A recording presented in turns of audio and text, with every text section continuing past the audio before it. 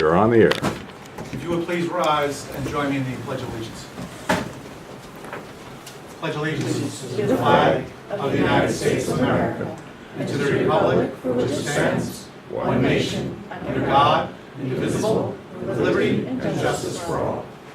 If you will please remain standing just for a few minutes as we remember those who have lost their lives overseas in defense of this country, as well as those here in our own community.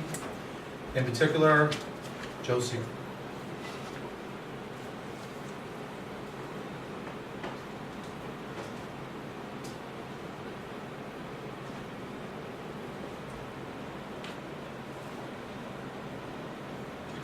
Thank you.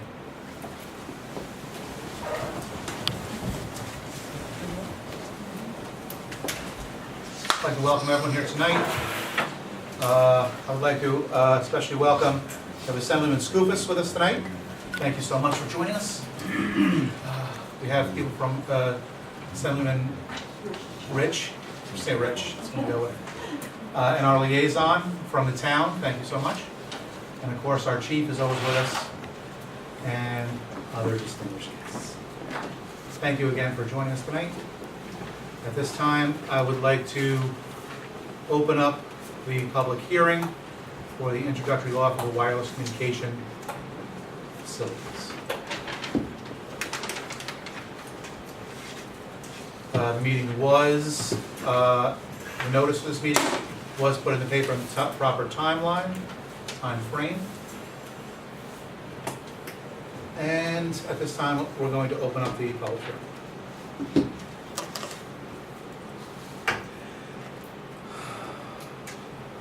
Did anyone? I'm okay, I figured. We are going to limit talk to a few minutes. Okay, Deb? Yeah. Please. Okay. I just have a question. Somebody. You got to come up here, yeah, oh yeah. Okay, sure. You got to see that smile, the winning smile. The Broadway property that was deeded to the village. Just find my shoe.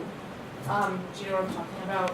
It's directly east of the town garage, where the old village garage used to be. On 9W? No, like if you're on Row Avenue and you go straight, not turning left on Villa Parkway, you go straight, my understanding was. By the Little League field? I don't, someone just mentioned to me today this, to the west and south of the Little League field, Okay. that it was deeded as a park to the village. The 5 acres. Yes. How far is that from the town garage? Close. It's very close. Is it within 350 feet? I would say the edge of the property probably is, yeah. Without a doubt. The edge of the property, from the edge of the property to the southernmost end of the town garage property? I think the town garage, if I'm not mistaken, is a little bit south of the Little League field. Yeah, I just wanted to, like I Yes. said, I only found out today about. Up and a little south. Up and to the left. Okay, so I guess the questions I would have are, is that, my understanding is that property was deeded for public use as a recreation facility? Parkway, I have to look into specific wording. Okay, and your belief is it's within 350 feet of the southernmost tip of the town garage property? I won't sign anything tonight, but I believe so. Okay. Yeah, I just wanted to ask about that. If it's not, I would recommend that the setbacks from parks, et cetera, be extended. Okay. 1,000 feet would certainly cover the southern edge of the property in question to the lot line of Willow Park. Extended 1,000 or total 1,000? To my understanding, it's 880 on a horizontal plane. I guess the next question too would be, do we consider things on a horizontal plane or a slope plane when we're calculating distances from properties? Bill? I don't know what the planning commission definitions on it. We would normally use a slope plan. A slope? Yeah. Way to work that, I like that. Comments. Okay. So that would change things a bit because that 880 number is on a horizontal plane and not a slope. So on a slope, it might be 1,000, 1,250, I don't know, I'm not a surveyor, but it would be definitely be more. Depending on the pitch. Yeah, I mean, so I think 1,000 would be kind of reasonable from the perspective, you don't want kids climbing up on towers and being, you know, if you're near, I know when I played at Roe Park as a kid, I would go walk to where the town garage is and go exploring. So, you know, we don't want to encourage kids to be climbing towers and the like, so. Yeah, I mean, I would just say those things matter, but I would increase it to 1,000. And I just had a couple other questions, minor, about the wording on page 15. Says under 6A, minor wireless communication facilities is a permitted use on an existing approved tower or other approved structure, subject to a site plan review by the planning board. Can you define other approved structure, what your intentions were with that? Bill? Minor facility, the definition of facility is going to be the perimeter of the property in which the facility, or the communication facility is there. That would include the tower, would include an area for a transformer or a transmitter that would be on the ground. And that all would be presumably fenced in and also enclosed. Does that answer your question? Not exactly, because I'm referring specifically to where it says is a permitted use on an existing approved tower, which we understand what an existing Well, approved tower if is, you're or talking other, about co-location, or other approved structure. What did you envision as another approved structure? Something that's pre-approved already, or that would be approved after the fact? permitted use of an existing approved structure or other approved structure. In other words, pre-existing or one which receives approval prospectively. Prospectively would mean An application to the planning board. and Okay. Okay. And then on page 17, it's probably covered under H2, but I just thought I'd mention if you were hiring an RF engineer of your own, you know, whether you stipulated that those escrow fees would also include hiring your own engineer. so there's provision for that, I think. I don't know whether it's in here, I've read it, or it's whether it's on the planning commission, but the planning commission has every intention of having expert advice and then getting that information from an expert and is paid through an escrow by the applicant. Okay, So planning board specifically asked for that to be added. okay, understood. And then just, I didn't see a provision where the village isn't exempted from its own laws. See those sometimes in laws, just an idea.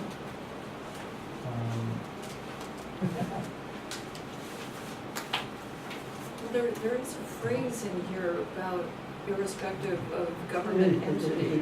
Regardless of the entity, the rule applies, and it says municipalities, federal government, and other government. Saw that in here as well. So, the answer is, if the applicant is not likely to be the village. The only way the village would have any interest in it is if an applicant came to the village and wanted to put up a facility, and the village owned the property, the village would still have to apply for the application that is to be done, and it would still be bound by the distance requirements and also all of the other requirements that are in here.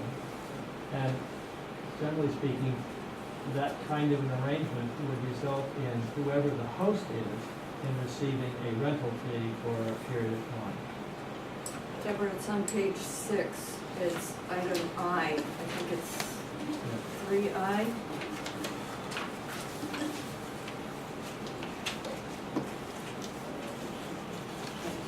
Okay, thanks, Charlie. And it's the only other question I had is, are there any properties in the village, where the utility pole servicing the property is greater than 50 feet from the structure. A lot of them. A lot of them. I'm not, They go up to like 125 foot, but I've seen stretch it to 150, 175 foot. okay. Which areas of the village would that be in, like? More, obviously not in the north end, but sometimes like informing, I mean, they even could go underground for 300 feet or so, so the transformer and go from there. Okay. Are there any underground ones in the village? I imagine some underground services, yeah. Okay, that's interesting. My only comment would be, and this is something for the residents of the village and the board's discretion, but in terms of the issue of DAS antennae, which I think, are from a policy standpoint are not ideal, that they would affect property values and whatnot, that perhaps a slightly larger than 50, something that would cover houses that might be subject to a DAS antenna would be something to consider, whether that's 100 or enough to cover the largest distance from the power source, because the DAS antenna are going on the utility poles. And the reason why I asked you about the ones going underground is, Well, they can come down with a primary cable and go an extended length underground and pop up and put a transformer and put their stuff in a remote location. So it's not that it's going to be closer to the street. If they have the property, chances are they're a great deal of distance back, and they'll have to run primary from that point, and they'll probably run underground. And okay, all the equipment would be fenced in, probably, all right. would be my guess. There was a case in Long Island in the last couple of years where I guess they had underground services for the electric to the houses. But the utility came in and said that if there had been a utility pole, it would have been smack dab on someone's lawn, and they erected a pole on their lawn and put a transmitter there, a DAS transmitter there. Or a transformer. Transmitter, a self-transmitter. The whole concept that I'm talking about are distributed antenna systems where they're putting the cell transmitter directly on the pole, bypassing the whole tower concept and just sticking it on the utility pole. I generally, you don't get a pole in your yard unless you signed off right away. Right. Generally, they split the right on the property lines to feed the property. There's no aerial trespasses or underground trespasses unless you obviously sign something that says, I'll take the dollar, I'll give you the right to maintain your lines. Under this law.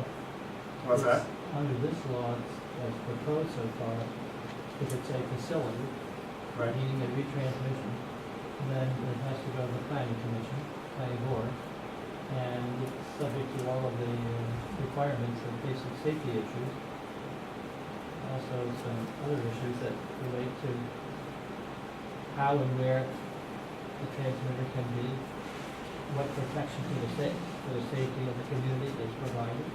We're talking about fencing, things like that, and whether or not it will have an effect, negative value effect on the properties that are in the community or surrounding that. All of those things are part of what planning board would be looking at. And there may not ever be a situation where you can use a telephone pole to practically transmit, or just even any kind of pole. For transmission, you're gonna still have to get, the consent of the planning board. So I would just conclude by saying there's two things to look out for is perhaps someone who lives where the distance from the pole to the property exceeds the 50-foot residential setback that you put in the law. Someone in the 75 or 100 or plus that you were describing wouldn't have the same property value protections as someone, say, on the north end of town, where everyone's within 50 feet. So I think if people live farther than that and want to avoid having a DAS antenna be in very close proximity to the property, perhaps bumping up that setback above 50 would protect the property values of the town. And then my only other comment is, yeah, I mean, I think I would increase the setback from the daycare, recreational facility, et cetera. Well, more if it's calculated on a vertical slope and the Rodway property doesn't Broadway property is in fact, you know, would be within 1,000 odd verticals, so, Got it. yeah. Thank you. Anyone else? Thank you, sir. Members of the board, for the record, my name is Tony Joffrey. Tony, do me a favor, swing around so they can see you, we can hear you. I want to make sure that we catch you on film and just going out to the whole village so that they want to be able to see it too. Absolutely. Put on my card just for. My name is Tony Joffrey. I'm a member of the law firm Cuddy and Fader, 445 Hamilton Avenue, White Plains, New York. I am also the chairman of the regulatory committee of the New York State Wireless Association, and I also represent several wireless carriers as well as tower companies. We just learned of this proposed law last week. I just had the opportunity to review it. I did speak to Mr. Florence last week. I would first ask the board's procedure, do you plan on keeping this public hearing open this evening for further comment, for further written comment? We just learned about this. I'm confident that the New York State Wireless Association would like to submit comments in writing, as well as the National Association of Personal Communications Infrastructure Association. At this time, we are considering to keep it open. Thank you. I would also inquire whether the board is aware, earlier this year, the FCC issued a notice of proposed rulemaking. They are anticipating providing clarification of certain of its rules later this year. It's anticipated that it may be as early as September, October. I know that there are other municipalities in the state that are considering new wireless laws, amendments to their laws. It may be prudent for the board to hold off on action on a wireless law until the FCC has made its rulings, as some of the items that you have in your law may be in conflict and all the work that you're doing right now. We do commend you for going through this analysis, but you may want to wait until that rulemaking does come out so you don't have to undo what you are currently undoing at this point. So I just wanted to bring that to your attention. What specifically do you anticipate in that rulemaking that would come into conflict? I don't think I'm at liberty to answer that at this point until we see exactly what the FCC will be doing. There's just speculation that's happening around the country.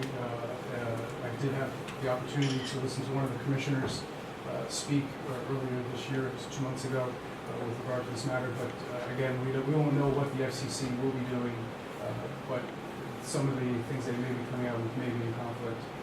They may not. You might have a perfectly balanced law, but based upon the New York State Wireless Associations and in our review, there are a few items that you may be we are concerned with. You may want to re-examine. I don't think we intend to wait till October to pass this. I'm just bringing it to your attention. We appreciate that. Thank you. Any information that you can leave with us and get to us, again, the more information on any topic, the better decisions we can make. So if whatever information you can give us on your end, we'll be done. I'll certainly do that. There may be some information, and there are certain comments I can certainly point you in the direction of certain websites that do have some information. Again, we don't know what the FCC is going to do, but again, I do commend you for considering that. I'd be happy to meet with you in the future. I mentioned to Mr. Florence that we would be happy to sit down and talk about some of our concerns in more detail, and also explore some potential siting opportunities. There is a significant deficient area in the vicinity. Some of my clients have been looking to provide coverage in this area for quite some time. So we always believe that communication and dialogue is best served for all parties involved. And I don't speak for the board at this time, as I haven't told the board, but you just brought it up. There is a large contingency of our community that wants better coverage. But at the same time, it's my position that it has to be done correctly and not just put up where a corporation feels they're going to get the best money out of the deal. And that's where it comes down to for most of these companies. They don't consider the fact that it's 100 feet from a ball field as much as we do. And they don't consider the fact that it's a couple feet from a home. And I know the studies are that a cell tower is less, this is what I've been told, the cell tower is less, well, it's not as bad as when you open up your fridge. But people in the community don't feel that way. A lot of people don't feel that way. So I want better coverage, and we have some possibilities that we've been discussing for a while. They're not what's on the table now, and we just want to make sure that our community is protected, so that we have the opportunity to do it right, and that's all. We do, without question, I do want to work with you. I want better coverage. This Main Street area is atrocious, and we need it, but it's got to be done so that our community feels that it's been done the proper way, and that's why we're moving forward with this. The term I like to use is balance. There is a balance. Exactly. There's a balance between the location, there's a balance between the service coverage that is provided by a particular facility. There's a balance between aesthetic impacts potentially, with property values. There's a balance with the type of design that you utilize, whether there's stuffing that's incorporated or not. I did notice several things within your law, and I would be happy to provide my comments in more detail in writing so that I can fully flesh out. But there are several things, and I'll just touch on a couple briefly. But I did notice that every type of wireless facility that's proposed is deemed a type 1 action. That may be consistent with certain CEQA guidelines, particularly CEQA cookbook. So you might want to consider maybe a tower as a type 1 action versus a minor wireless facility that may be an unlisted or even a type 2 action based upon certain definitions in the CEQA cookbook. You did mention certain setbacks, and I heard Deborah speak earlier with regard to setbacks. There is some case law out there that identifies that certain arbitrary, and I'm using the term loosely, I'm not talking about them specifically, but certain setbacks, whether it be to a ball field or a playground, and we certainly understand the reasons for those types of provisions, but maybe illegally regulating RF emissions. So this might be something you want to consider as you go through this process. I did notice that facilities are not permitted on buildings. I misread that. I don't know the reason for that as opposed to other types of existing infrastructure, but you may want to reconsider whether or not you allow antennas on buildings. There's some great stealthy technology that would allow that to happen in a way that doesn't impact property values or aesthetics. There's a mention of operational certification that the town can require an existing facility to demonstrate compliance with FCC emissions guidelines. That may be in conflict with some federal laws, so there may be, and the way it's drafted right now, that can be done at any time, several times a year, and I don't believe that there's, although it's a different type of special permit use than other special permit uses you may have in the local zoning code, but I don't believe similar types of requirements are made for gasoline stations or others. You may want to consider that as well. And I did notice that only one property in the entire village is being identified right now for a major wireless facility. There is Because it's done by the town, and the town owns that piece of property. The town doesn't own other pieces in the village. but The village has not been approached. my point is that this board can certainly permit major wireless facilities on other parcels within the municipality as opposed to one specific. We have actually talked to towers as well. We have offered several sites, and they turn them down. That doesn't mean that this board can't pave the way for other applicants. So if you only identify one specific property in the entire village, that means that a major facility, unless a variance is obtained, can only go on that one specific property.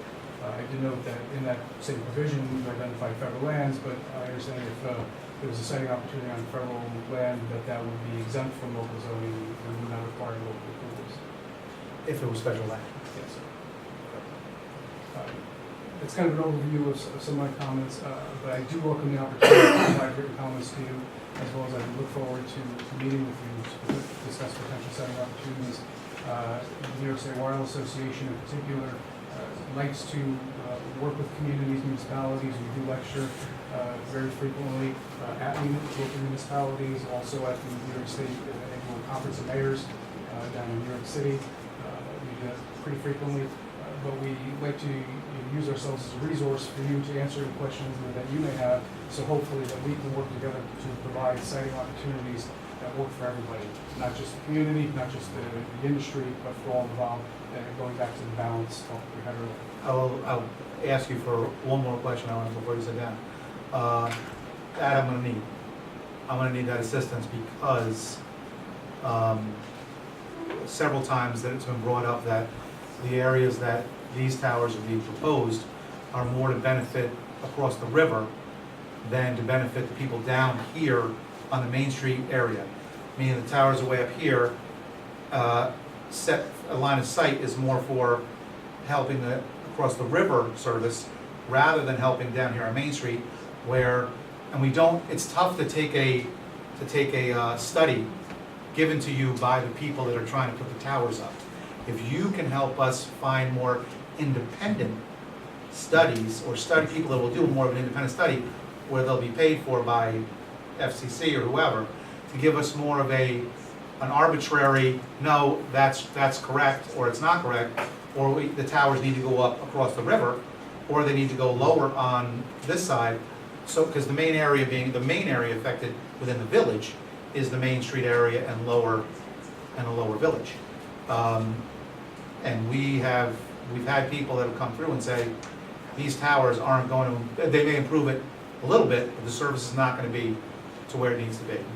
And so that, since you offered, I will take you up on that. I would be happy to do that, and in my experience, that's generally not the case. An applicant, whether it be a wireless carrier, licensed wireless carrier, or a tower company, working in conjunction with an FCC licensed provider, typically doesn't come into a municipality like this and provide, say, hey, we're going to put a tower up in your municipality, it's going to impact you, you're not going to get any of the benefits, and we're going to get the benefits to the other municipality. No, that's not what they're saying. They're saying the benefits are all going to come to us. But what I'm saying is we've had other people say that because of where these towers are being placed, they're really being placed to benefit the other community, not us. And though they may help us out this much, it needs to be this much. That's what I'm saying. I'm saying where they're being placed may not be giving us the coverage that we need. Maybe we don't need one here. There needs to be one across the river facing us to give us the coverage we need. So that's and as myself, I'm willing to look to put a tower up. But I would prefer it be up on the mountain away from all the people. And higher up, I'm told, higher up in center is better for everybody. So again, rather than put up 6 towers over the next 5 years, if you put up 1 or 2 total and do the job, to me that would be much better for the community. Well, I thank you for the opportunity to speak. I will provide additional comments. I do commend you for going through this process and welcome the opportunity to be working with you. One question. I don't know whether you can answer this or not. For me, I've been concerned about it. Has there been any health problems on this cell towers? I've been hearing about the cell towers. I haven't heard anything about health. Well, as you know, the Congress, in their wisdom or lack thereof, has placed certain limitations on municipalities in reviewing these types of applications. So if a licensed carrier provides demonstration, or an applicant provides a demonstration that they comply with all federal guidelines, the community cannot deny an application based upon perceived health impacts. That being said, the analyses that are usually done with this type of an application are done in a worst case scenario, are done in a very conservative manner. And in fact, the FCC has deemed, we're talking about towers, that certain types of facilities like a tower, depending upon the height, as long as it's over 33 feet in height, are deemed categorically excluded from having to conduct that type of analysis because the inherent safe nature of the facility. That being said, the carriers do provide that documentation so that you can be rest assured. Generally, the analysis demonstrate that the facilities are well below those federal guidelines, those thresholds promulgated by the FCC. There have been studies, and I can certainly provide you with some of those as well, but the RF emissions that come from the tower are less than a baby monitor that you put in the crib with your child every night. But we can provide you with more information on that as well. Thank you very much. Thank you again for your time, and I look forward to working with you. And again, thank you for considering keeping the public hearing open. Anyone else?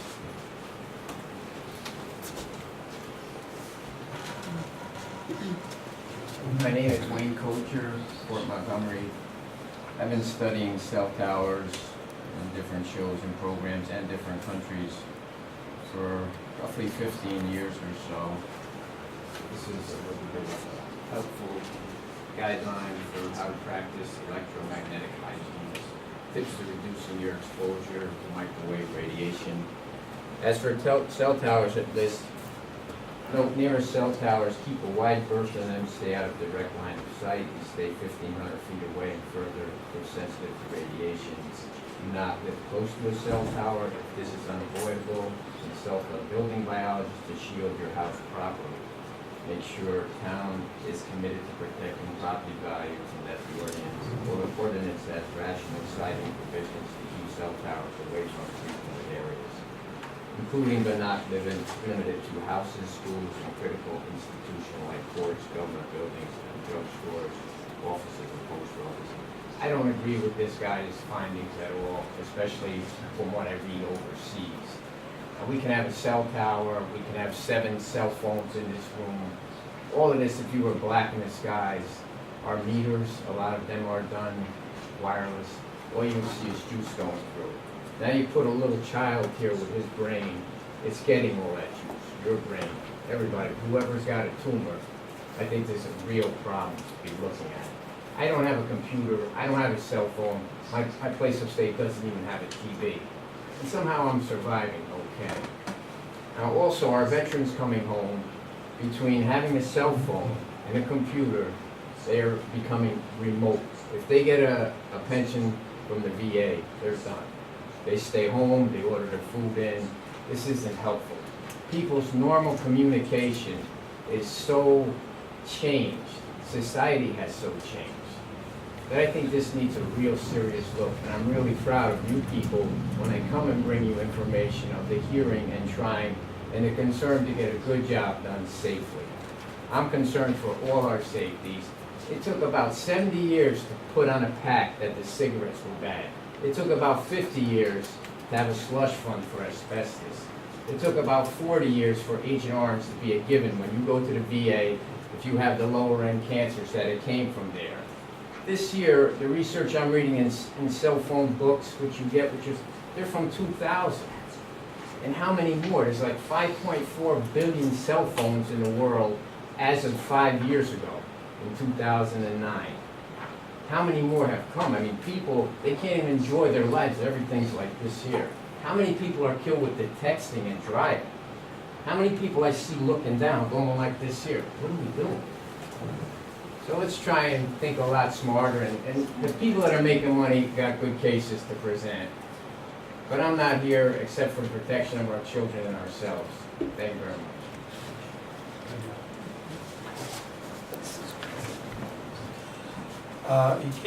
You can't do it alone. 1 second. You can't do it alone.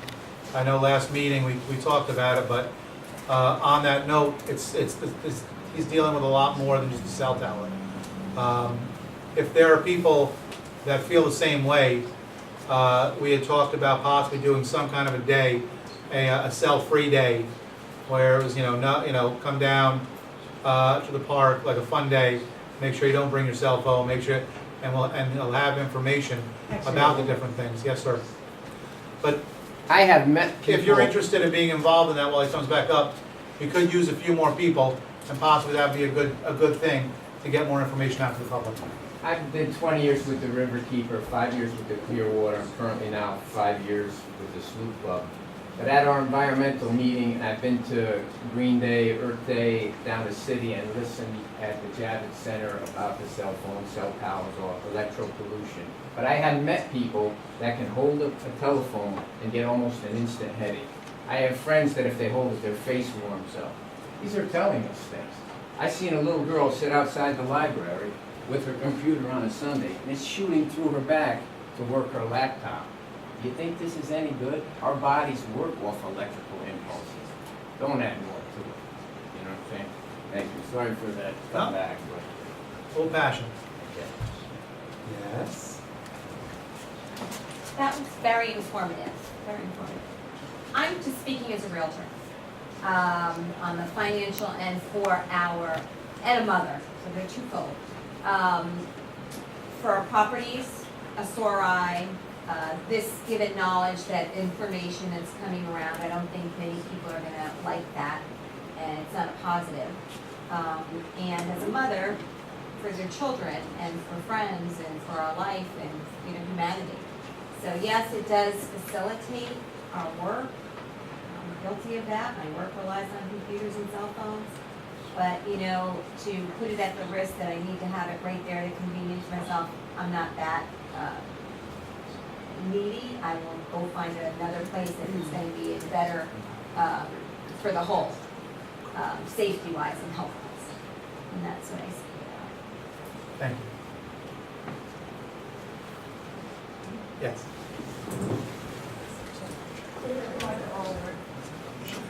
First, I'd like to offer my backyard for a cell tower, if we could at least get one in this town. I'm tired of paying bills and not being able to use a cell phone in my town. I've worked Don't take her name. I've worked in the field of research for going on for 28 years now. I work with some of the top researchers, not only in New York State, but in the country. You know what? They all use cell phones. They all use computers. They all use Wi-Fi. There were 5-point-some billion cell phones. The population still is increasing, so I don't think we're dropping like flies. If these researchers in every facet of mental and physical health can use these products, and I don't think they're using the phone, they are doing our grant work via cell phones. I don't think health is that big an issue. Europe has used cell phones longer than we have, with towers all over Europe, and I don't think they're dropping like flies either. So look at your research and make sure the research you're looking at isn't skewed, and you have to not measure apples and oranges to get a figure. There's a whole lot of ways to look at research to make it come out the way you want. And that goes for both sides, I understand. But come on, it's 2014, and we can't use a cell phone on Main Street. She's my neighbor, you can't believe it. Anyone else? All righty. Excuse me, sir, can I rebate to that question? 1 minute. A quick one? Okay. I don't have a penny to gain by any of this. I understand. And these things are down the line, but I told you already, I'm having people with issues. I know people that can't be in a room with Wi-Fi. These are the things that are the future coming, as I see them. These other companies, a lot of money to be made. Billions, billions of billions, even to the trillions of dollars of industry. So I suggest if you're really not getting the reception you need, my land phone is like $43 a month, and it works well, and it doesn't get hot on my head or anything. Thank you. Thank you. Bill? Do you want to keep this? I think probably the idea is to keep it open, close the hearing right now, adjourn it to another time, whenever you feel you want to take it up again.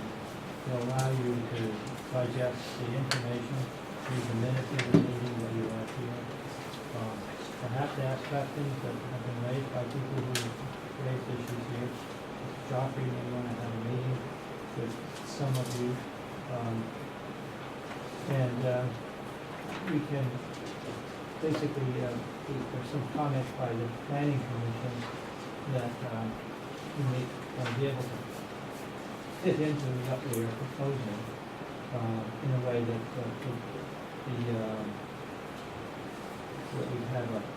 don't have any holes, and that we don't have any conflicting issues between what the planning commission regulations are and what secret is and what this proposed ordinance is. You can spend some time with it, there's plenty to read. I can tell you that there is one thing that is difficult as a local municipality to swallow, and that is that Joffrey sugarcoated it. But you're not allowed to determine that the electrical, what do I call it, the area of electrical influence can be a consideration in what you're doing, what your local law is phrased to talk about values and safety, Right. not about electrical transmission Right. and nuclear subjects. So you're on the right track on that score. People have very deep feelings about the fact that the wireless equipment can cause physical ailments. I will tell you as a matter of law, we can't consider it. So I have a more important question. Can any of that be heard on that? Because you're going to speak up. You are Trying definitely, not to talk. no, you are killing. Do I need to read this? No? What does that mean? The law. Do I need to read the whole thing? 18 pages, isn't it? Yeah, it's 18.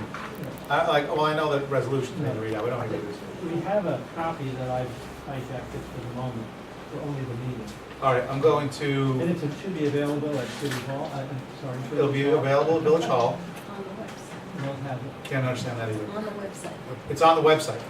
So for anybody that Yeah. wants to read the law as it stands, it is on the website and available, and there will be a copy available downstairs in the Village Hall for those that don't use computers. Is that available by Wi-Fi?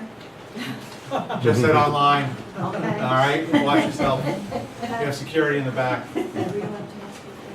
We have, Just a quick one. As this document is currently written, it provides for the removal, probably when technology changes. And if the cell provider doesn't take it down, we, the village, can take it down and levy, the cost against property tax. Now, I think there will be an inclination when technology changes to just abandon these facilities, and they won't care about the property levy. Are we allowed to, at the time of approval, to ask for a minimum amount to go into escrow for the later removal of the tower? Is that legal? it's a novel approach from my experience over across the river. I've seen many communities require bonds to be put in place, so there's not a substantial amount of escrow that's put in, so it's something you might consider. I These think are that's some of the things that I something might we be need able to. to assist with. Okay. Charlie always goes to the juggler. He's good, but he's good one. Usually a bond is a lawsuit. A bond is a lawsuit? Yeah. Bond people I'll take a little pay bit of the both. Premium. So- We're gonna close, No, adjourn. we're gonna adjourn the hearing, and not close it. So this time I'd like to adjourn the public hearing for the introductory law. Just so you know, it's not gonna sit till October. This will be, if you want any input, anything, whatever, it needs to be within the next week. We will be taking this up at the next meeting. Okay? Just so we're aware. No one misses the boat. Why don't we vote on adjourning the meeting? I need a motion to adjourn the Motion to meeting. adjourn. I have a motion by Charlie, second by Mr. Brown. All those in favor? All opposed? So moved.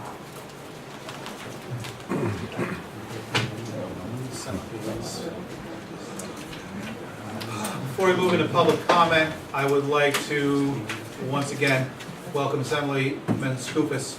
Did you want to address the group effort? As he's making his way to the camera, I would like to also wish his assistant, Lori Tortel, get well wishes. She had a bad accident, and we hope that she recovers.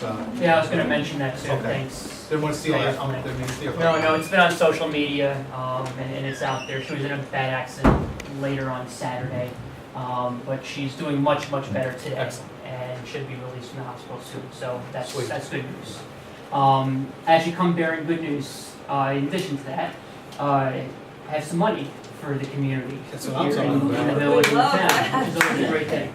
And as anyone up, all of you know, you have to scratch and claw for whatever grant money that's, the very little that is still available in New York State. So it took a lot of scratching and clawing to get it. Fantastic. But Highlanders Senior Club, $2,000 for furnishings, tables, chairs, etc. for the new building.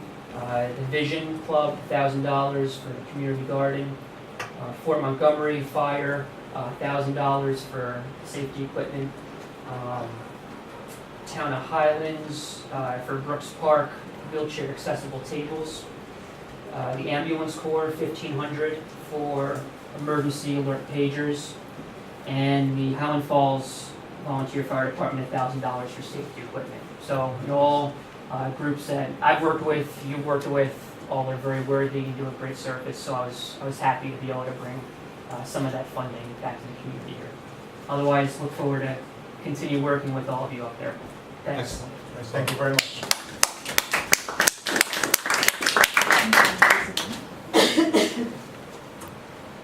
Okay. Also, I was reminded, don't forget, it's hydrant flushing week. That's right. So be ready when you get back home. The water's gonna look great. Okay, so rather than call the village with 1,000, why is my water brown? There is a reason. They're flushing the hydrants this week. And they've started. It's been brown for a couple days, a little bit in certain areas, so just be aware, it's still going on, it'll end shortly. Also, moving on to public comment on agenda items only. Nope. Moving on to liaison department head reports. Do we have a police report? Do we have anyone from the police? No one's here. They're not here. All right. We have water. Mr. Brown. Normal operation of the reservoir system. Bob Meadows, 95% of capacity, good for this time of year. Water plant, village usage, 445,000 gallons per day. Town water usage, 65,000 gallons per day. Total water usage, 510,000 gallons per day. Normal operations, maintenance. Row park, swimming pool, operating normal. Water distribution, repaired water leaks on service, 39th Street. Water loss, 5,000 gallons per day. Repair water leakage, Village Hall and water leak on Clinton Lane to be repaired this week, August the 4th to August the 8th. Flushing of fire hydrants all this week, August the 4th to August the 8th, noted in newspaper and Channel 23. From Kevin Hurst, Kevin will be out of town from Wednesday, August the 6th to August the 12th.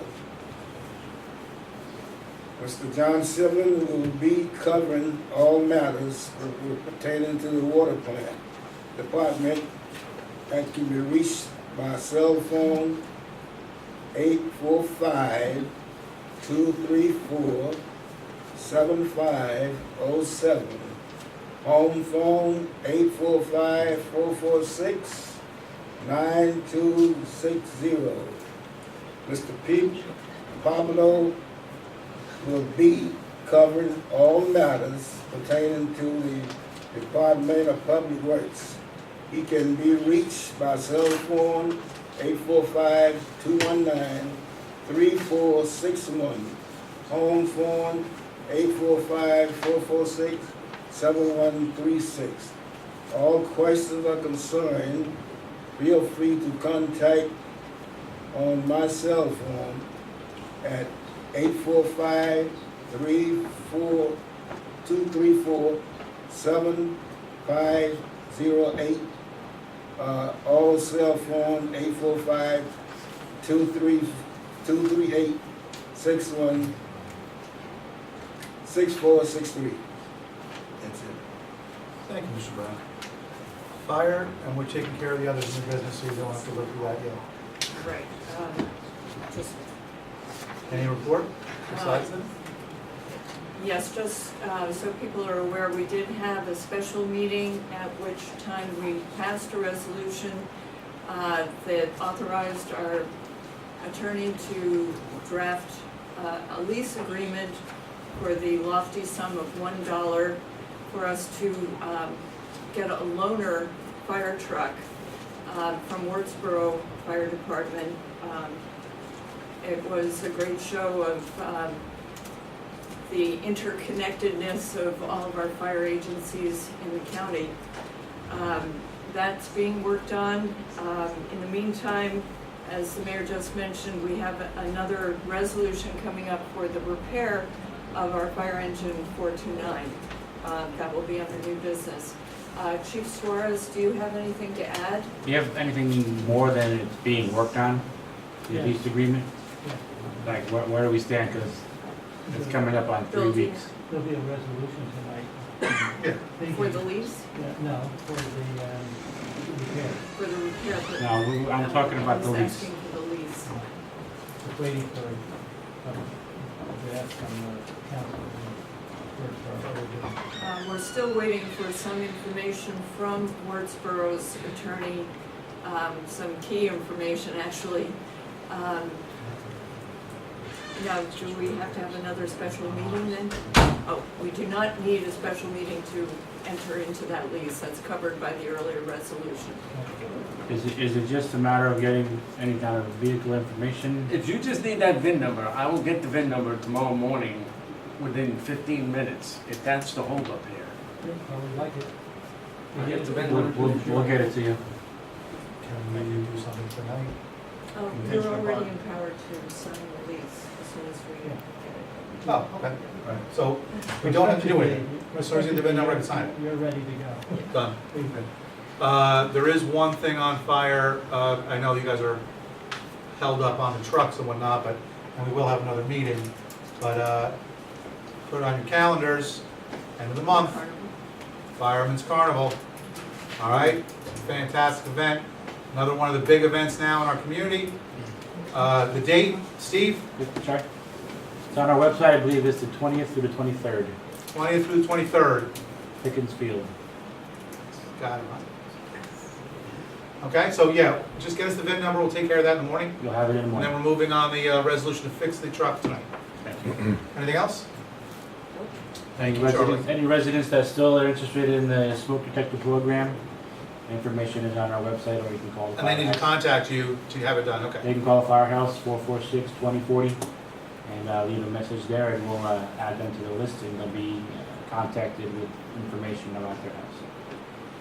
And just, it's too important not to repeat, so, it's been in the paper, the fire department's made several presentations here. If you want to be part of the, smoke detector program that the fire department has begun, free smoke detectors in your house with a 10-year lifespan, you need to contact the fire department via the website or phone number 446-2040. 446-2040. If you don't get that, call the town and ask for Highland Falls Fire. Thank you. Moving on to the mayor's report. We have something from the Citizens Campaign for the Environment. They come through the community every year. And they just want to let us know they're doing that. Citizens Campaign for the Environment, founded in 1985, is a not-for-profit organization for private citizens concerned with the protection of our land and water resources. To advance these goals, they've engaged in research, lobbying, and public education on key environmental issues, and they represent a membership base of over 80,000 individuals across the East Coast. So they will be, they'll be in our community, so don't be afraid. They are coming through with information, and they are asking for, I believe they asked for donations at some point. I'm not sure, but they are here for information. They've included a copy of the registration with the state of charities. They're available to canvass the village of Highland Falls starting July 29th, finishing October 25th. And that's basically, they're here to inform us on what they do and how we might be able to help Citizens Campaign. Again, they're here every year. It's not something new, but it's that time again. All right. Also, Charlie and I, Charlie set up a meeting with Bob Livesey and June, and Charlie and I sat in with the town to lock down the Recreation Committee and the water agreement. I want to thank Charlie for putting that together because it kind of was at a standstill. And in a very short period, we moved it forward. I believe I believe we're good at this level. I'm hoping the town is also good. Bob and June felt pretty confident. We hope that they are good to go with what we had discussed. And we'll be talking about those agreements on the village's end in a few minutes when we go into new business. During that meeting, we briefly discussed the consolidation of the DPW and also the police. I did let Bob and June know that the village is forming a committee to look into combining forces, the police forces, comprised of, at this time, the police commissioners and the chiefs. And we're going to move on that. We're moving on that as soon as the committee can meet. So we have invited the town, both chief, we are inviting the town chief and the commissioner to join us on that committee to move forward on the consolidation of the combining of the police departments.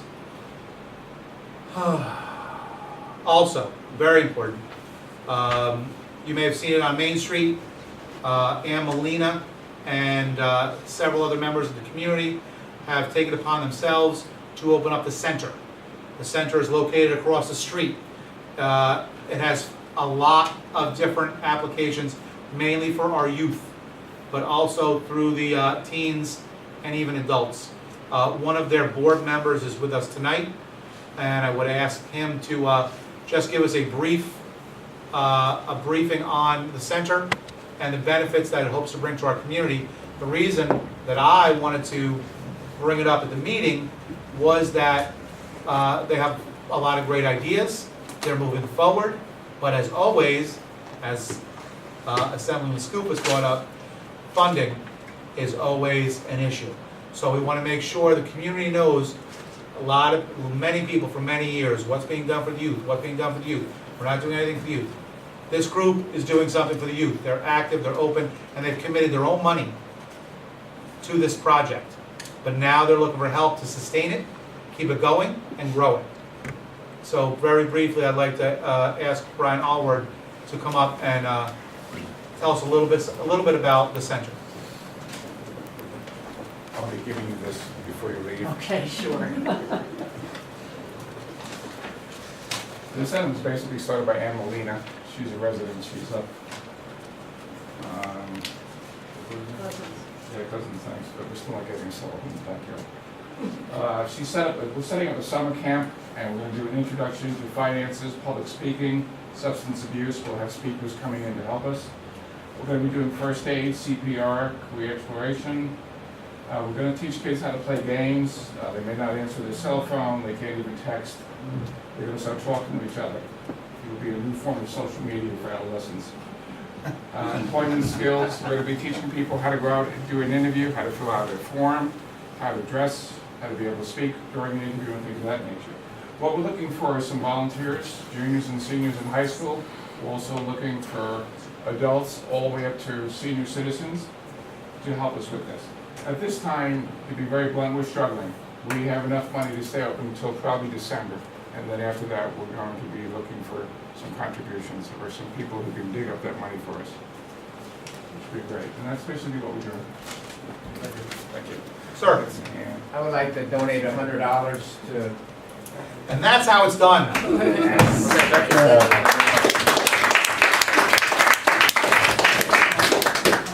Anyone else wants to follow suit, please feel free. We'll do that at the meeting. If I speak, do I get $100? See, this is the way he did it. You got to follow that. Come on now. Thank you very much. And again, it's a unique program, and I don't think they reinvented the wheel. I think what they did was they took a look at all the best wheels and they're making it happen. That's the difference. Everyone has a lot of everybody's got great ideas, but it's who can put it into action. And that's what this group's doing, and they just need a little help. And they're way open to any suggestions also. They're not set in stone on anything. So if you want to add something, looking to add something to the program, you feel there's a need in this community that the center can address, they're waiting to hear from you. Thank you. Also at the meeting, I will let the community know, we are going to move forward on, thank you, Assemblyman Skoufis. We are going to move forward. We discussed, as far as the consolidation process, we discussed consolidation of our parks to the town. And I don't think that's going to be an issue with our board. That is something that we're looking into next, and that is that we believe that all the parks in the town of Highlands are town parks. Whether it's in Fort Montgomery or Highland Falls, they're all town parks and should be on the A line. Because everybody used them, and in particular, Roe Park, which is one of the most used parks in the town, has the majority of recreation programs, which is a town-based program. So, moving forward with consolidation, that's one of our next steps. Again, so that we're doing it in pieces so that it's done correctly and that it's not all thrown at the town and they've got to find somewhere to put something. So this is one of the other steps we're moving on. And the other step that I'd like to move on tonight and discuss, we'll do a discussion and hopefully move on it, and that is our historian. We have an historian, which is a town historian and village historian. I feel that's, like majority of the government, it's redundant. We need a town historian because our town is a small piece of Bear Mountain, part of our town, Fort Montgomery, Highland Falls, and West Point. And the sooner that we start realizing we're all the same town and not divided, the better this community is going to be. And for those looking for West Point to be more a part of our town and help us more, we have to help ourselves by acting like one town. And with that, I believe it will be a lot easier to get assistance from West Point, let alone from all outside agencies. So, as far as the historian is concerned, right now we split the pay. We've asked the town to take the entire pay and put it on the A line. And for those that don't understand the A line and the B line, the A line means all town residents pay. Fort Montgomery and Highland Falls. All town residents, that's the A line. And when you look at the town budget, the majority of items are on the A line. There's approximately 5 items on the B line, which is solely paid for by non-village residents. And I say non-village because some people have Highland Falls addresses that are not in Fort Montgomery, but they're not in the village either. Those that live near the trailer park on Old 9W and several other areas are in Fort Montgomery, but they aren't considered in the village, so they're in the town. Up on 9W, where I used to live, same thing. We were considered the town, then we were brought into the village, or we had a village address and we weren't part of the village. So, and then it was brought in later in years. But, and again, it's a lot of things that you really don't care about. Because it's a lot of paperwork, and it's a lot of trying to find all the gray areas and get them to be black and white, so that everyone's paying their fair share and everything gets done properly. And that's our goal. Now, what we will continue to do as the village has not only paid half the salary of the historian, but we've also maintained the historical society here on the second floor, paying for the internet, the phone, the electric, and everything else that goes along with maintaining the historical society, including the second floor itself. We will continue to do that. And our goal, and I'll put it out in case someone else has another $100 they want to start the fund with, our goal is the Historical Society does not belong up here on the second floor. It's hidden. No one even knows it's here. This needs to be a destination. This needs to be, after they go to the West Point Museum, we're going to go to the Town of Highlands Historical Society. Because if you have not been to the second floor of the village, if you do not make an appointment with Stella Bailey, our historian, to see what she has put together over the years, you are missing out on some serious history in this community. There are some amazing things that she has collected over the years, and they're right here on the second floor, but very few people know it. We had a spot, we lost it. It's key that it goes in the, it doesn't have to be necessarily right here in the middle of Main Street, but somewhere along the Main Street corridor between here and Bear Mountain would be a nice spot so that it's an accessible area for anyone coming into town. We would love to have it where she has her own location, a historical society location. She's out of room. She has tough times, particularly with larger items, to take them in. So that also goes to say, if someone's got storage that they would like to offer at $1 a year, the village could use that, because we've actually had to turn away items because there's nowhere to put them.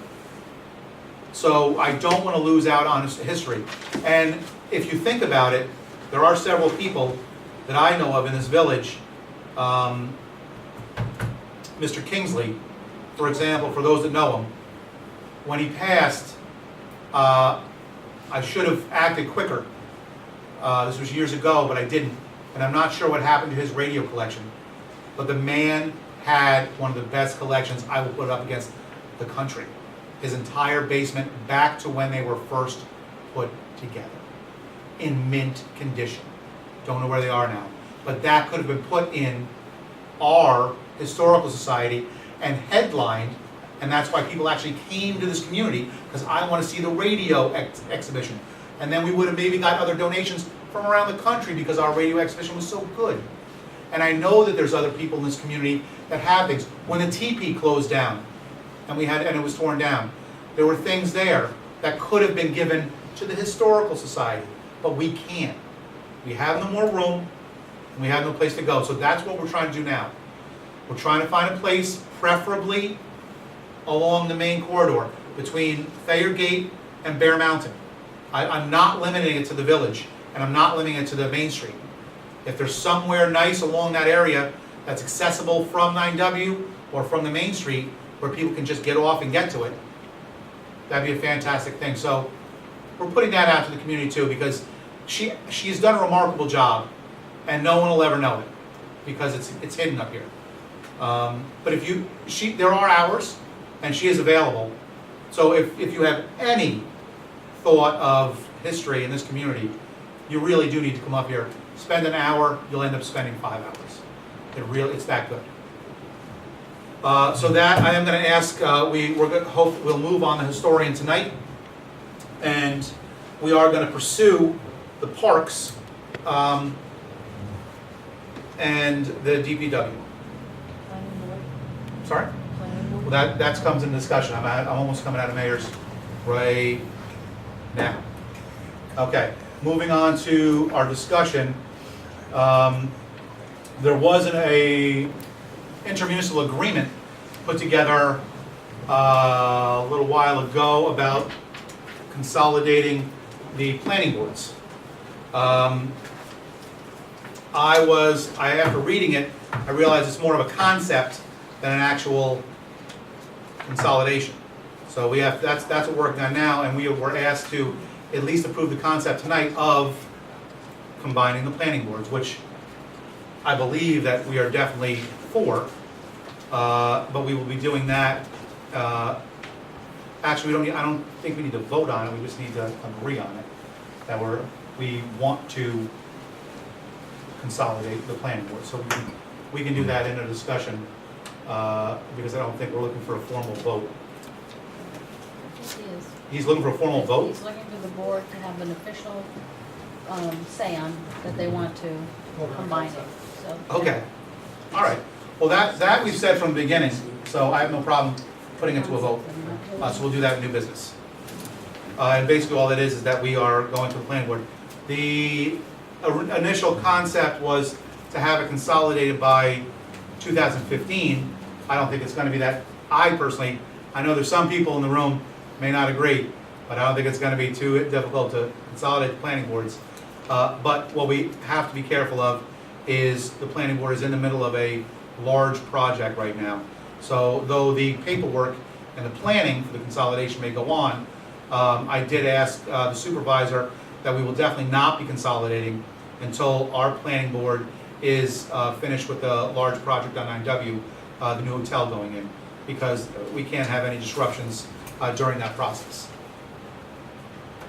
I'm trying to find my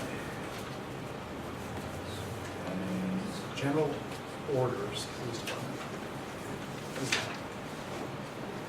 That's the general, thank you. Oh. All right, also in the discussion, we have police department general orders. The subject is the parking meter coins and arrest procedures. The purpose of this general order is to establish uniformity in handling, securing, and depositing of coins for parking meters. Okay, these, Gina, are these discussion or are these to move on, put in our code? You emailed this to me and said put it on the agenda. Nah, that'd be on me. These are actually, are two procedures that I asked to be put in place a year ago, which, a little over a year ago, which were put in place, but never actually voted on to put into our, Well, this looks like it's the police department's policies and procedures. right. Bill? Is it just for? Procedure. Right. Now, is that just for him, or do we need to put it, so it's in effect, put it into the villages?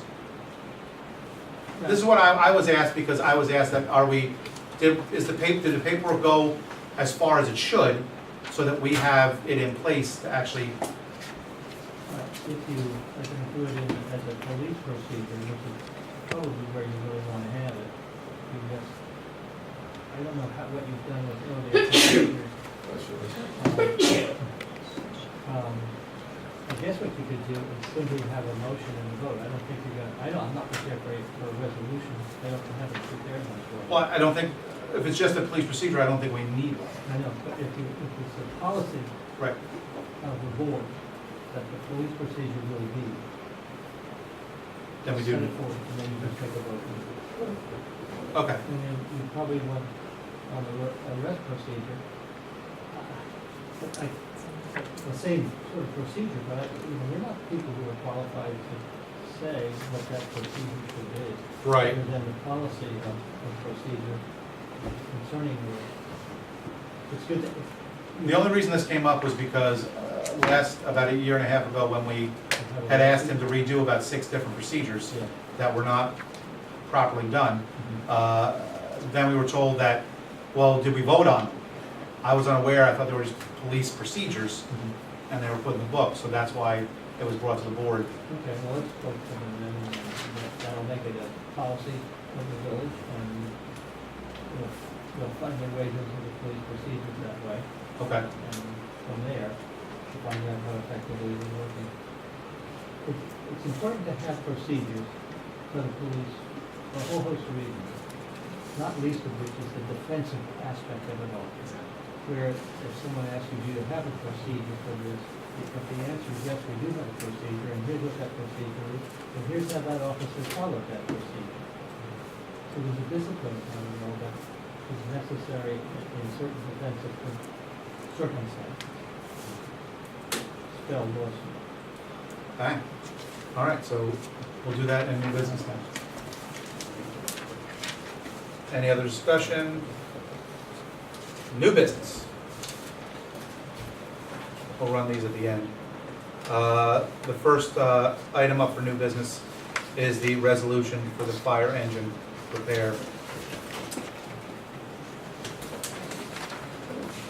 Whereas engine 429 has developed engine failure and is no longer operable, whereas engine 429 is a critical component of Highland Falls fire safety, and whereas the Highland Falls Fire Department has insufficient time to solicit the lowest possible bidder by publication, and whereas the Highland Falls personnel have solicited 3 bids in writing for the repair of engine 429, Now therefore let it be resolved, the Village of Trustees are hereby authorized to determine the lowest bidder, and the mayor is authorized to sign any vouchers necessary and appropriate for the repair of engine 429 to commence forthwith.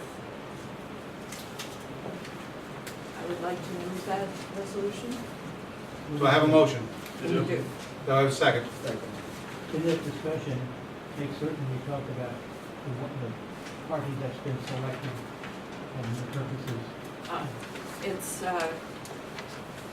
where the vehicle is now, Ruscon, and I did see the bid in here. The last page. 36,053. And that's the lowest responsible bid? Yes. All right. Good? Roll call? Roll call, trustee Mallon, Aye. trustee Brown, Aye. trustee Murphy, Aye. Mayor Flynn. Aye. And if Assistant Chief Eric Smith is here, He Eric, is.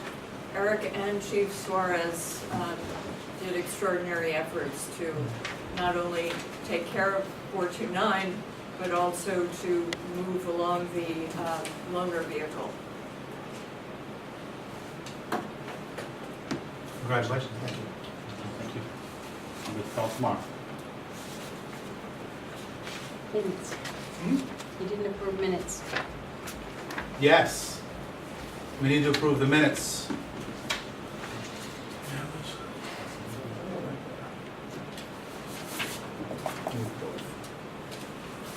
I need to approve the minutes for July 21st, 2014 and July 30th, 2014. Do I have a motion? Mr. Brown, do I have a second?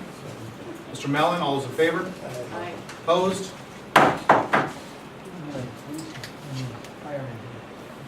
You have before you the recreation agreement. Sign it tonight. Terminate Have the that. Recreation Commission termination agreement. Recreation Commission termination agreement is made this day, 4th of August, between the Village of Highland Falls and Municipal Corporation Establishment pursuant to the laws of the state of New York, and officers located at 303 Main Street, Highland Falls, New York, the Village. In the town of Highlands, Municipal Corporation established pursuant to the laws of the state of New York, with offices at 254 Main Street, Highland Falls, New York, the town. Witnesses there is whereas the Village of Highland Falls executed a certain agreement dated on January 15, 1982, which supersedes any earlier recreation agreement, which is created by Highland Falls Recreation Commission in accordance with general municipal law, sections 243 and 244 of the agreement. And whereas the parties here mutually wish to terminate the agreement immediately. Now, therefore, in consideration of the mutual promises, covenants, and considerations herein, parties agree as follows.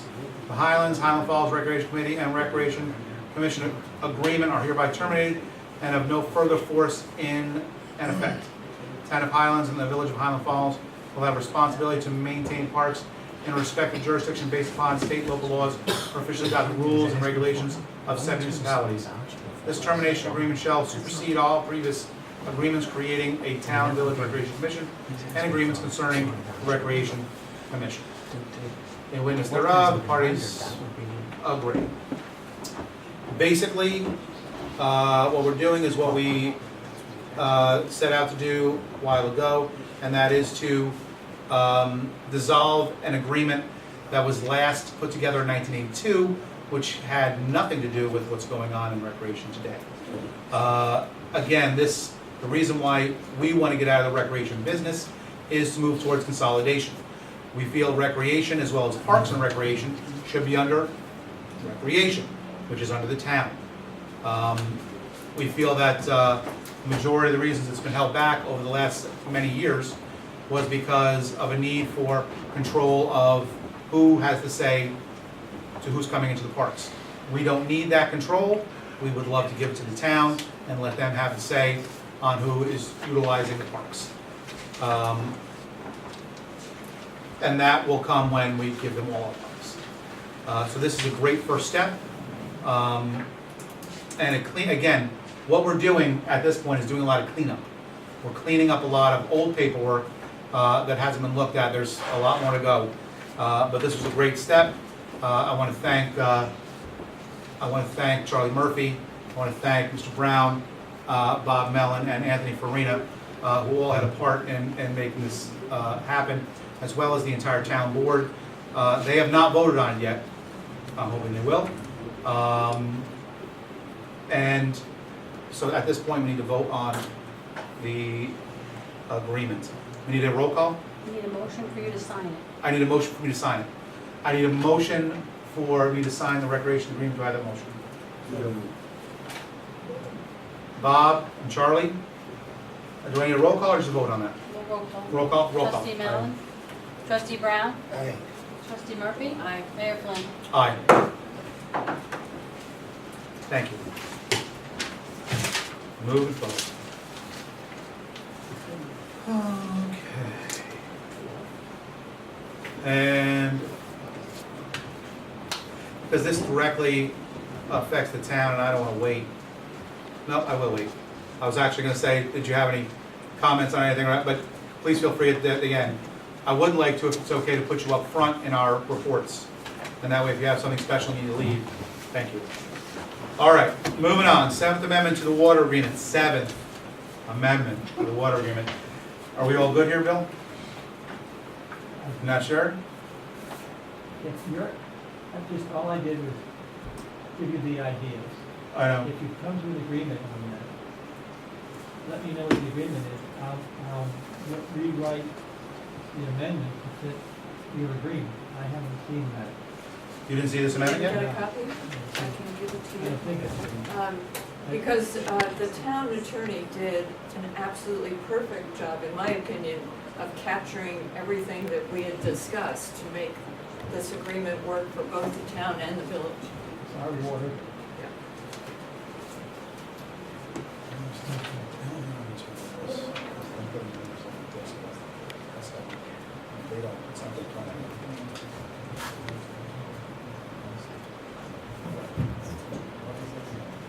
Yeah, that's that, and then this. And then after our peak, it's 512, so these are the one. Right? And then we're gonna send it to you, it's nice.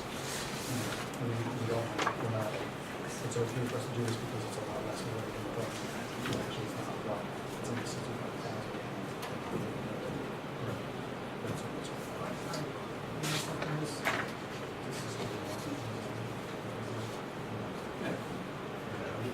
You okay with that, or?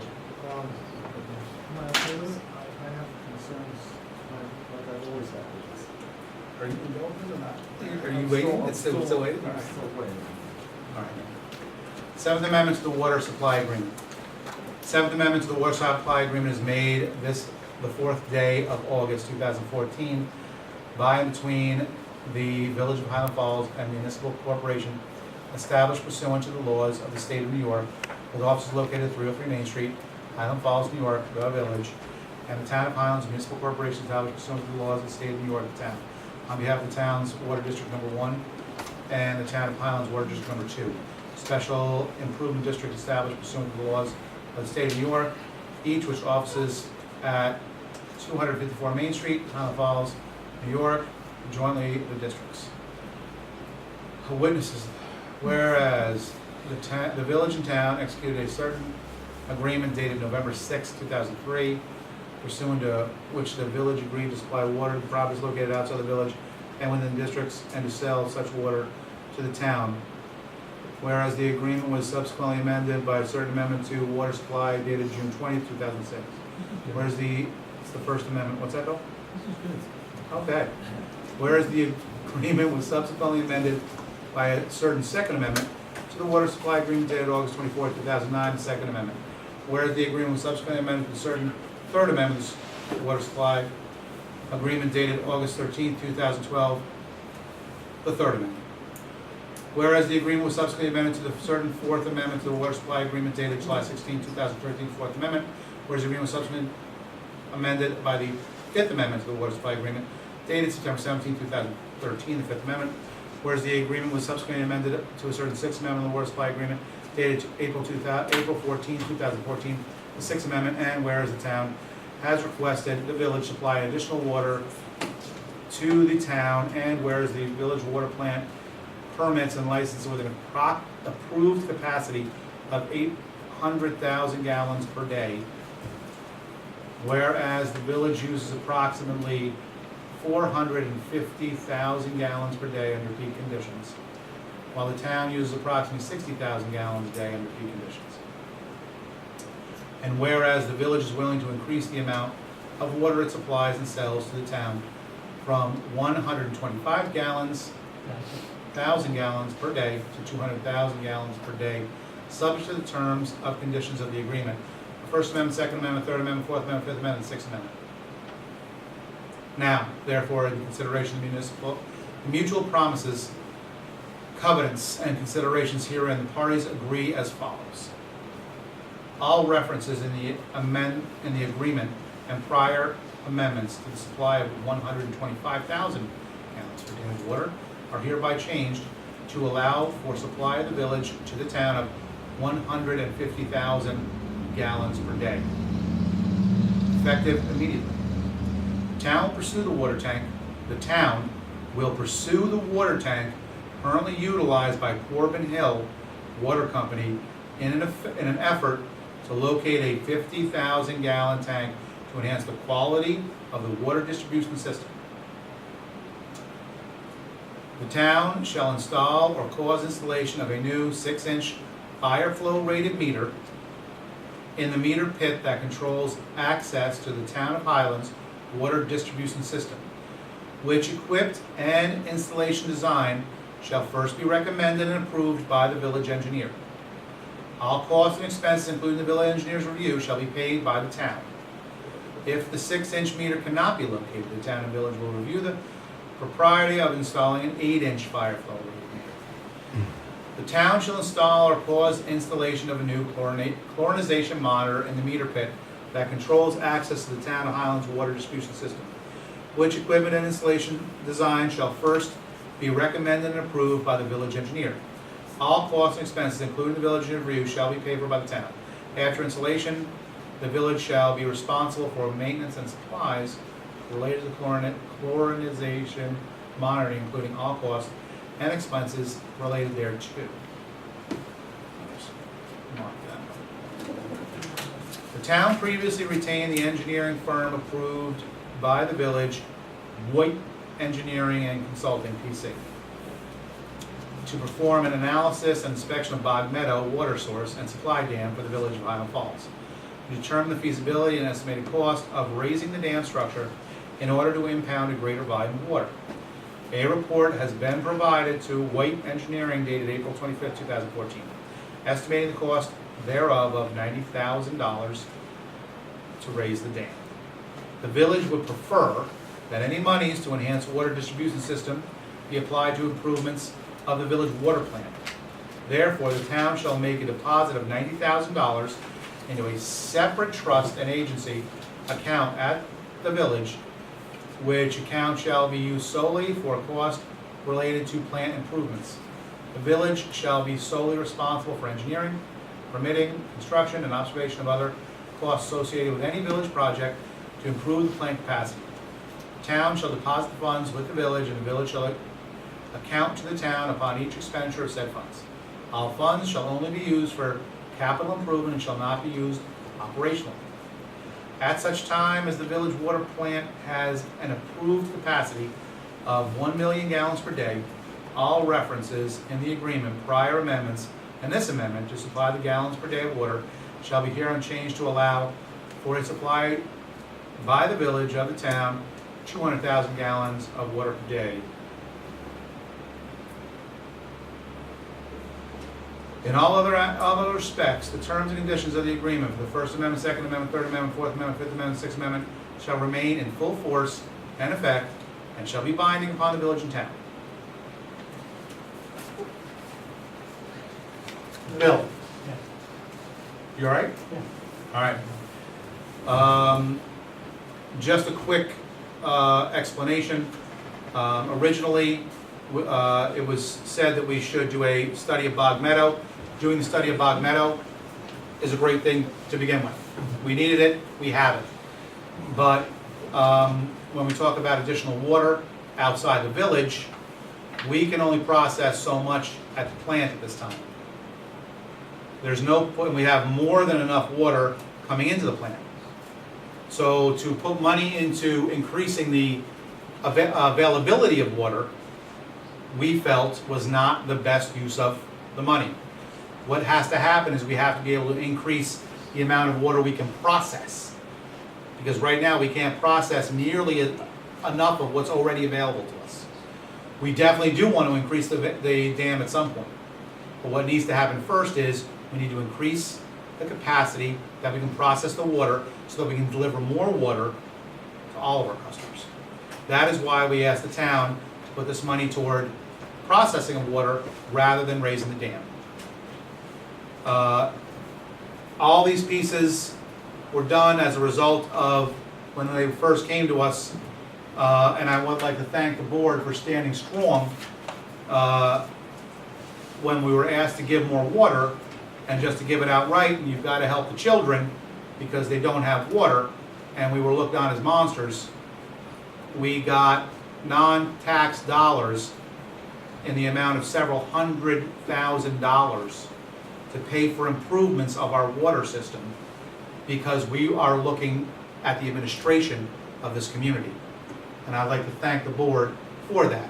Because of that, we were able to get new meter pits, the new chlorination system, the Bog Meadow study, and the $90,000 towards processing water at the plant. No tax dollars spent.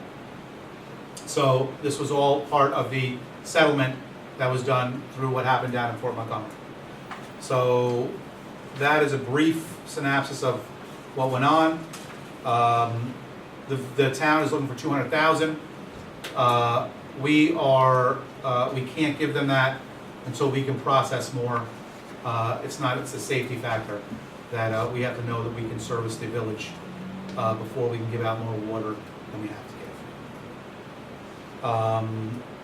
The only thing I have is, Gina, do you know now, I missed this the first time, a couple times I read it over. Do you know now, do we pay for all the chlorinization and whatnot, chlorination as of right now? Yes. We do? Yeah. Okay.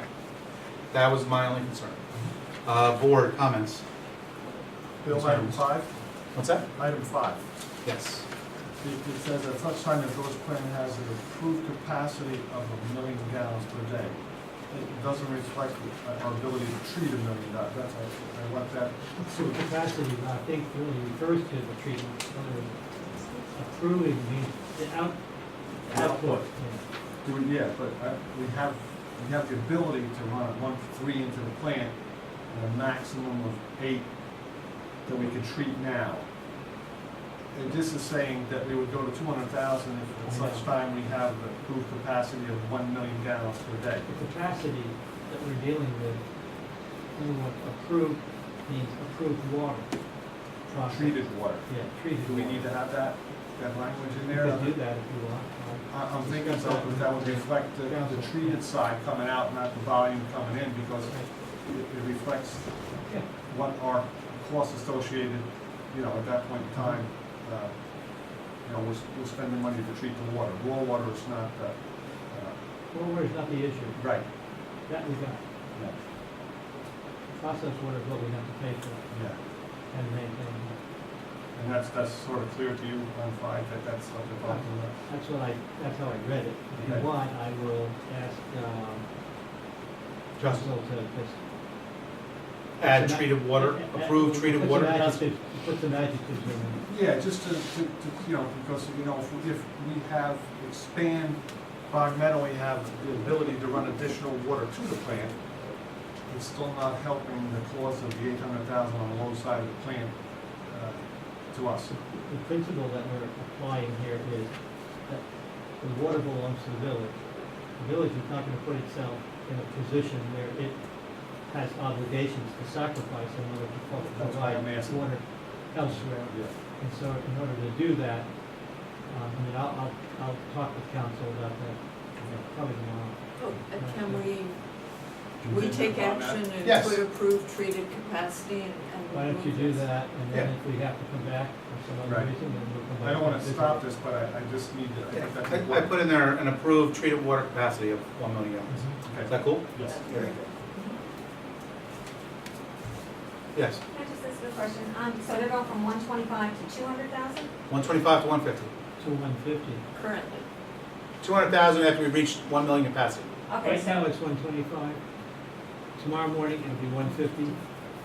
and then another someday. If they expand the Okay. plant, we get to a million coming Then through it the goes plant to that's 200,000. treated, then it goes to 200,000. And is there any time on that, or? It doesn't say so, I don't. As soon as we can. But this is one of those things. Again, back in the day, way back in the day, when everything was built, the sewer plant, the water plant, everything, it had a certain year's capacity. Unfortunately, we're reaching a lot of that capacity now. The roads, more issues with the roads than ever before. Why? We haven't needed to do anything in 25, 30 years. So we haven't. Same thing at the plants, and that's why the water plant, it was built for 1 million, but not built for 1 million. Built for 1 million, save capacity 700,000, actual capacity, if we have to push it, 800,000. The money has to be set aside today, and we have to continue to set money aside now, so that in a year, 2 years, 3 years, as soon as we have the money, and this is something that we have to be aggressive about, is continue looking for the money. If we don't think it's a problem, we're never going to look for a solution. If we don't think we need the money, why is anyone looking for it? So this is being put to the front of our agenda, because no matter what happens, with the hotel on 9W, no one's to say that we may end up with 4 or 5 more of these, hopefully in the future. Down in Fort Montgomery, wherever we can put them in a safe way, as this community grows. In the village, in the middle of the village, very little room for growth. In the outer ends, on the government land, that ever happens, it's there. And we're gonna need the water. We're gonna need the sewage capacity. We're gonna need the electric. We're gonna need all our infrastructure. But it's gotta be, the plans have to be done now. They needed to be done 10 to 15 years ago, so that we were ready today. So it's not gonna be a burden on the taxpayers, which is exactly why we're doing what we did today, and started with the first $90,000 into the pot. There will be a couple million to increase the capacity of the plant. Let's just be clear. It's not gonna be another $20,000. It's gonna be a couple $1 million to increase the capacity of the plant. But that is what we need to do starting now. We're not looking to spend any taxpayer dollars again. We're gonna be looking for grants. We're gonna be looking for any other sponsorship. We're looking for you guys. Give us money. But if we start today, we'll continue to build the pot. And I think this is a good move on ours, as long as Bill's shaking his head, I'm okay with it. So I need a motion to approve the 7th Amendment to the water supply agreement. Motion to I have have you it sign from, it. Motion a motion to sign, authorizing you to authorizing sign me it. to sign the agreement, thank you. Charlie? Second. Mr. Brown?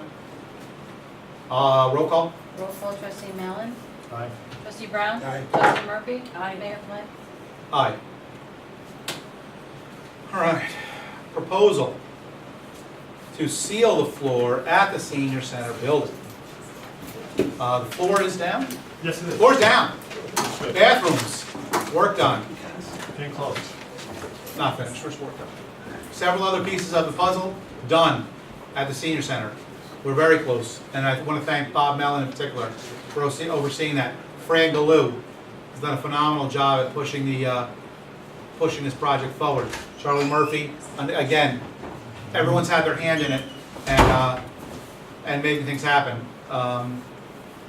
But at this proposal, the floor is down now, it needs to be sealed. So this is the estimate that we have, and I need a motion to accept this estimate. I make that motion to accept the estimate to seal the floor at the senior center. Do I have a second? I'll second that. All those in favor? Aye. Opposed? So moved. We have an event. Our neighbor across the street is opening up the Country Girl Cafe, the variety shop. Oh. The shh, it's a Okay, secret. no. It's not a secret anymore. She wrote it down. Maybe I shouldn't have said anything, but she did write it down. They're having a grand opening, Music in the Park, now be at Lady Cliff across the street, right across the street from the establishment. And that will be on Saturday, August 23rd, rain date Sunday, August 23rd. Yes, we are going to need that. I will ask Gina that in 1 second. Dogs are welcome. You have the paperwork in front of you. The reason why I'm putting a little more emphasis on this is I'm very excited. We have another business coming back onto Main Street, the Country Bowl Cafe. Put it on the calendar. Before you go up to the carnival, swing by the grand opening. Or after you go to the carnival, swing by the grand opening. It's 12 to 4 at Lady Cliff Park. Insurance, does she know she has to provide it? She will when she knows she's been approved. Okay. Upon receipt of insurance, do I have a motion to accept the use of Lady Cliff Park for the grand opening, Music in the Park of the Country Bowl Cafe? You do. Bob Mellon, do I have a second? Do I have a second? Second? Thank you. Charlie Murphy. All those in favor? Opposed? All right.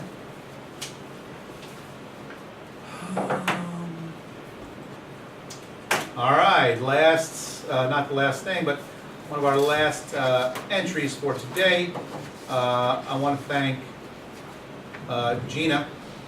She hates being singled out, but these are one of those projects that you've worked on forever and you've gotten nowhere, and it sits on the desk and does nothing until someone, because we have 6 other things we got to do, people forget about it.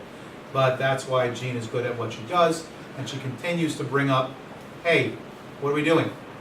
And so she said, hey, what are we doing with the front loader, which has been an issue for a little while now.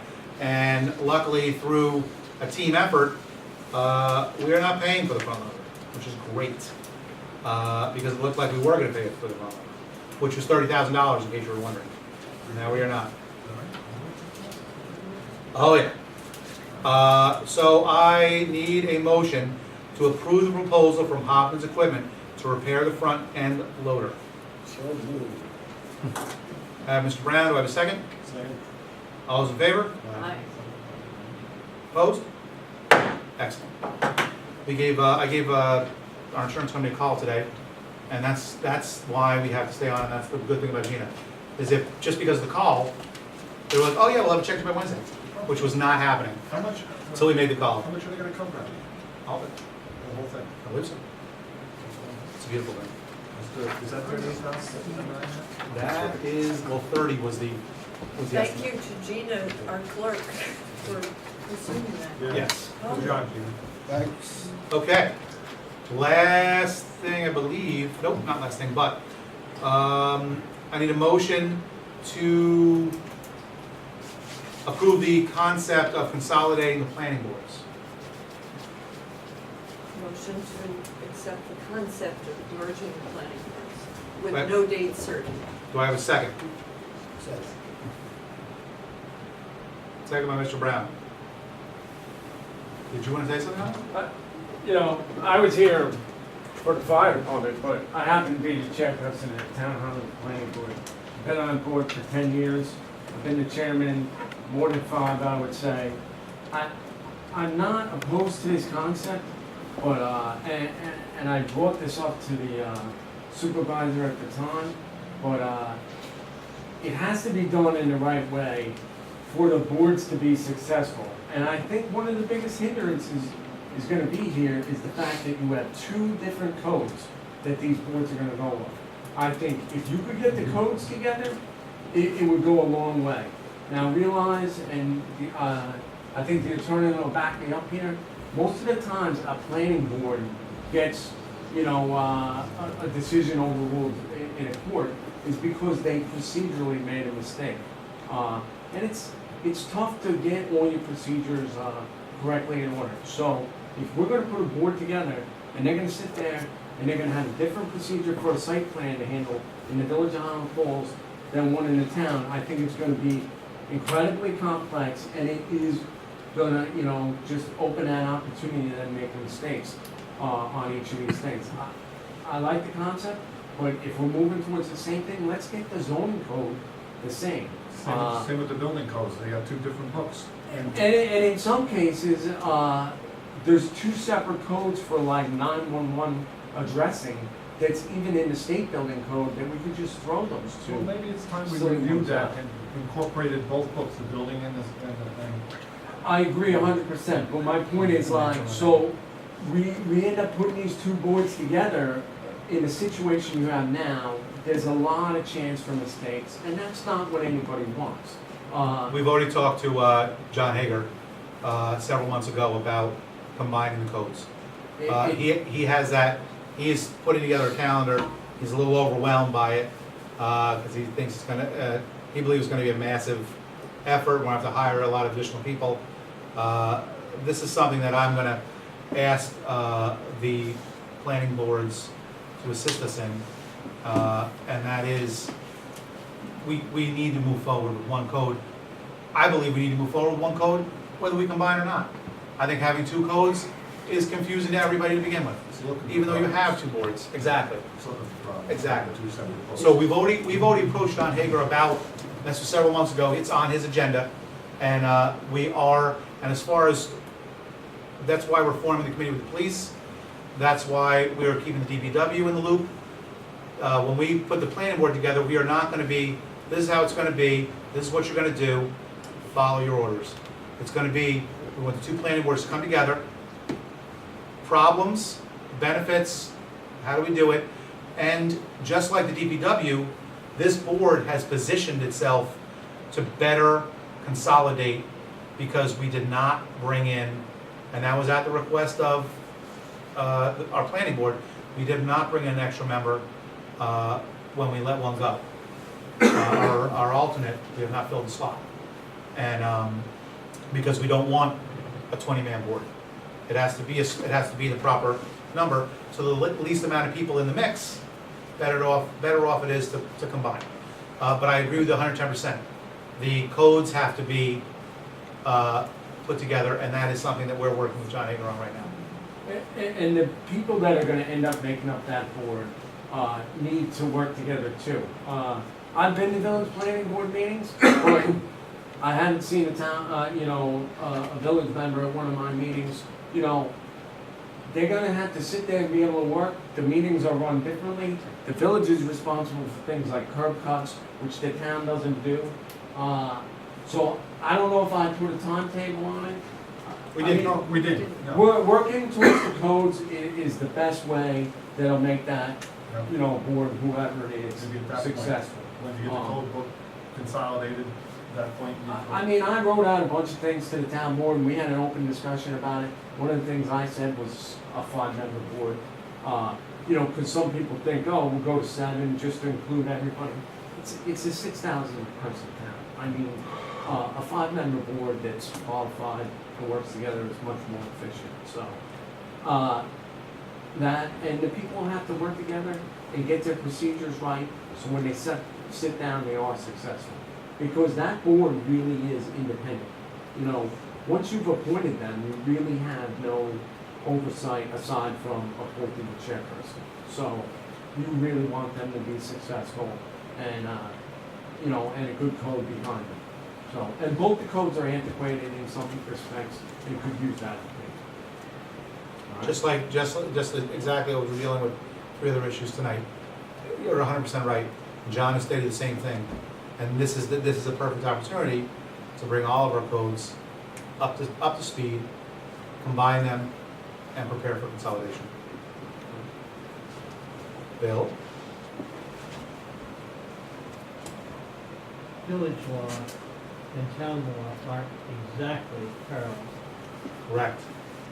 So there needs to be a little bit of recognition of authority where authority exists. Most, especially that would be in the area of the special use permit. They work very well in places where there's consolidation of aggregation of people and consolidation of facilities that provide infrastructure outside of the village to the town. That's the historic origins of the village to begin with. That's where the workers live. The landed gentry are out in the town. And so ultimately following that was the development of the water supply and sanitation supply, sanitation facilities fall in these places. So it's going to be, going to take it's going to take some time to put that together in a way that would make some sense to all of you. Second, building codes. There are 7 New York State building codes. They are all separate. They specialize in electricity, in plumbing, in construction, that is building construction, and I don't remember all the rest of them. We shouldn't have any difficulty applying anywhere in the state of New York the same code. So that is the easier of the two to mesh. There may be some specific things that are in the village code that don't exist in the town. One comes to mind in just thinking about it off the top of my head. It would seem to me that the easier consolidation would be with respect to the building codes and the enforcement of the building codes. And that might be if you're trying to move toward consolidation, that might be a fruitful place to look. Right. And the village, I know, speaking of the village board, they're also apprehensive only because they want it has to be done right, and they want to make sure it's actually going to benefit the community. Mm-hmm. And that's what a lot of people say about consolidation, is that there are several pieces remaining to consolidate, large pieces, pretty much 85, 90% of the village and town. But when you come down to it, one of the things we're looking at is consolidation. You may not see in a specific department thousands and thousands of dollars or some massive streamline of efficiency.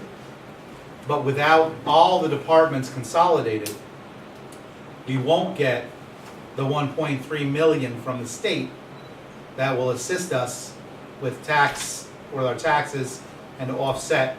And that's not the only reason why we're consolidating. And that's one of the other things is that, and I gotta be that cheerleader for it, and that is, there's a lot of unseen, a lot of non-monetary reasons for consolidating. And I'll put it out right now, the meeting I had with Bob. Everyone knows Bob Livesey.